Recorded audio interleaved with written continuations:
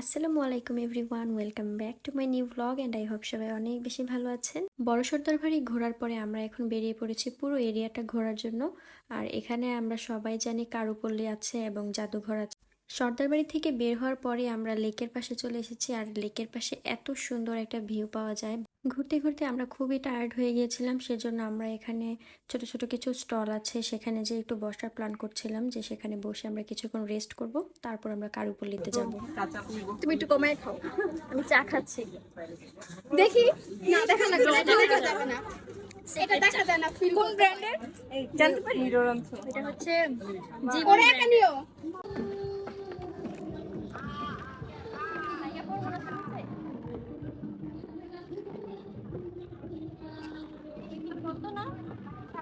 শাপলা ফুলও চিনে না, আমার ব্লগ করতে আসছে। হ্যাঁ, আমাদের মিশন আজকে কি জানো? আমাদের মিশন হচ্ছে ফাইন্ডিং রাসেল ভাইপার। এদিকে বাচ্চার মায়েরা এদিকে আসেন। তো ভুললেই গেছে ওর যে বাচ্চা আছে মনে হইতেছে।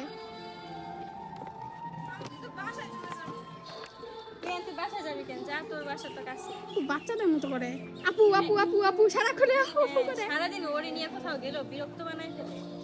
তো এখানে একটা ছোট সাঁকো আছে, সেই সাঁকোতে আমরা বাকি ফ্রেন্ডসদের জন্য অপেক্ষা করছিলাম। ওরা এতভাবে পিকচার তুলছিল, ভিডিও করছিল, সেই জন্য প্রায় আধ ঘন্টা ওদের জন্য অপেক্ষা করছিলাম। এরপর আমরা চলে যাই কারুপল্লীর দিকে আস্তে আস্তে। আর এখানে দেখতেই পাচ্ছেন খুব সুন্দর একটা ময়ূরপঙ্খী সাজানো আছে।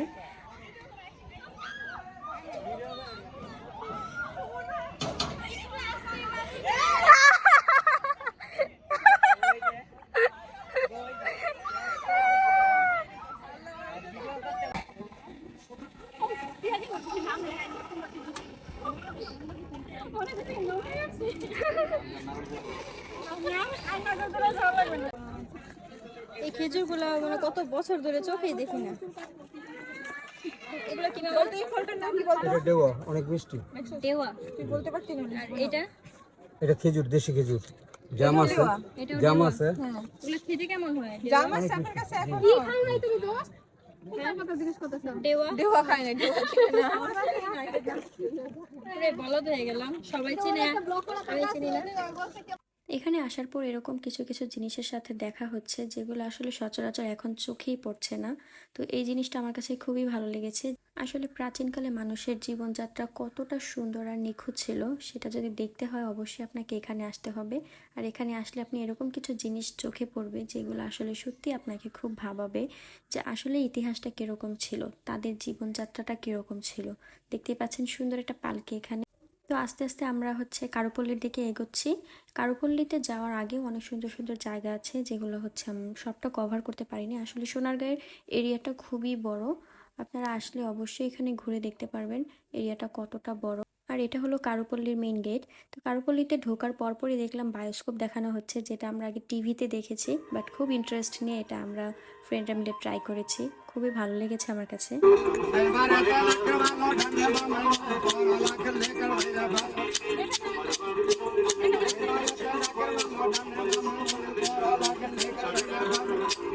আসলে বায়োস্কোপের ভিতরে কি দেখানো হয় সেটা যদি আমি বলে ফেলি তাহলে এটার মজাটা নষ্ট হয়ে যাবে। তো আপনারা অবশ্যই এখানে গিয়ে ট্রাই করবেন যে বায়োস্কোপে কি দেখানো হয়।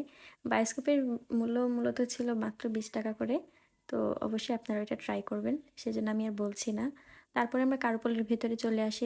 সোনারগাঁয়ের এই স্টলগুলোতে ম্যাক্সিমাম আসলে পাওয়া যাচ্ছে হচ্ছে কাপড়ের তৈরি প্রোডাক্টগুলো, আর হচ্ছে কাঠের তৈরি, বাঁশের তৈরি বা বেতের তৈরি। ঘর সাজানোর জিনিসপত্র থেকে শুরু করে নিত্য নতুন প্রয়োজনীয় যত কিছু আছে সব কিছুই পাওয়া যাচ্ছে এখানে। তো আপনি এখান থেকে বিভিন্ন ধরনের অর্নামেন্টস নিতে পারেন বা ঘর সাজানোর টুকিটাকি অ্যাক্সেসরিজ নিতে পারেন। এখানে খুব সুন্দর সুন্দর কাঠের তৈরি প্রোডাক্ট আছে, সচরাচর কোনো মার্কেটে বা শপিং মলে যেগুলো পাওয়া যায় না সেগুলো অবশ্যই আপনি সোনারগাঁয়ে খুঁজে পাবেন। আসলে এত সুন্দর সুন্দর প্রোডাক্ট দেখে আমরা কোনটা রেখে কোনটা নিব সেটাই খুঁজে পাচ্ছিলাম না। আর প্রত্যেকটা প্রোডাক্ট হচ্ছে আপনার হ্যান্ডমেড একদমই। আর এখানে মূল্যটা অন্যান্য জায়গা থেকে তুলনামূলকভাবে একটু বেশি।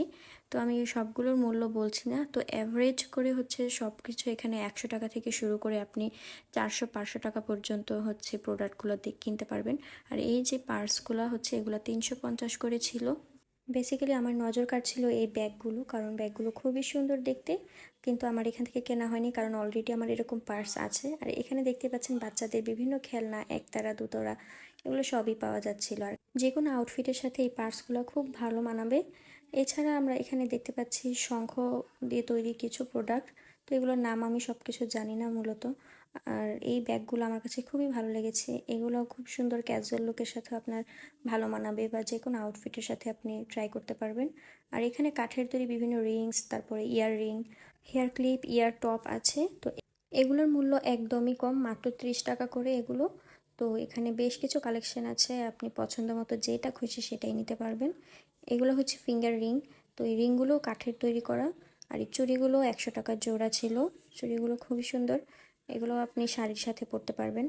এই স্টলগুলো ঘোরা শেষ করে আমরা হচ্ছে এরপর মাটির তৈরি জিনিসপত্রের দিকে যাই।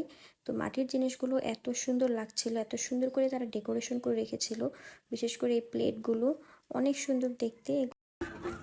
আমার সাইজে হয় না, আমার সাইজেও হয় না। ভিডিওটা একটু ধরতে আচ্ছা চুরি করে আমার সাইজ দাঁড়া। ঠিক আছে, দেখো চুরি করে সাইজে হবে না, বড় হয়ে যাবে।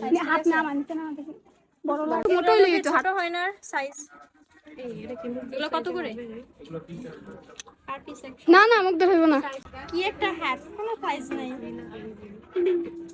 চুড়ি কিনবো, আমার সাইজের চুড়ি লাগবে। সাইজ হয় নিবি? প্রাইসটা কত এটা? একটু কম হয় না? চেক করুন, খুব একটা ভালো নয়। 1000 আর একটু কম দেওয়া যাবে? 10 টাকা কম রাখতে পারবেন? দারুণ। মামা, আমার সে পাগল হয়ে যেত না এগুলো সব কিন্তু। আমার এটা অনেক কিউট। আমার তো একটা কাপ নেওয়া হয়েছে। কাঠের কাপ নেই কিন্তু গ্লাসের।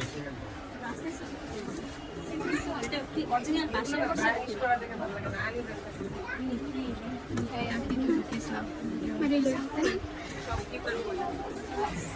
আমি সব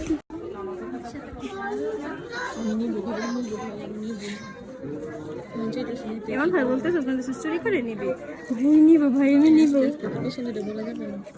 তো আমার ফ্রেন্ড এই বেতের প্রোডাক্টগুলো দেখে এত পছন্দ হচ্ছিল, সে বলছিল যে আমাদের প্রোডাক্টগুলো এত পছন্দ হচ্ছে, আমরা এটা দোকানেদেরকে বুঝতে দিব না, তাহলে তারা মূল্যটা অনেক বেশি করে চাইবে।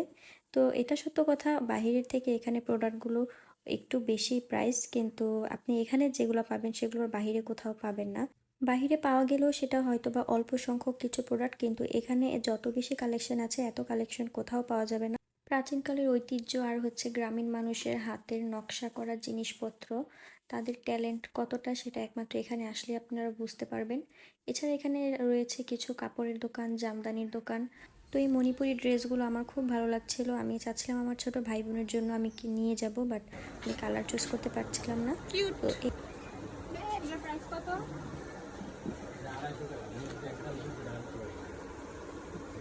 এটার মধ্যে কালার আছে?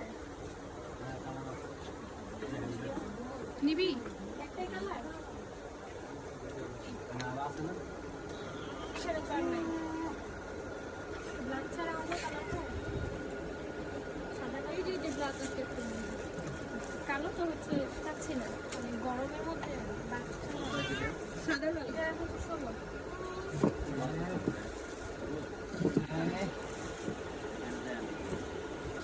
এটা সাদা কালো, এটাই তো, এটা এটাই আমার লালটাই ভালো লাগতেছে। লালটাই সুন্দর। বেবি কি ব্রাইট নাকি? হ্যাঁ, বেবি অনেক সুন্দর।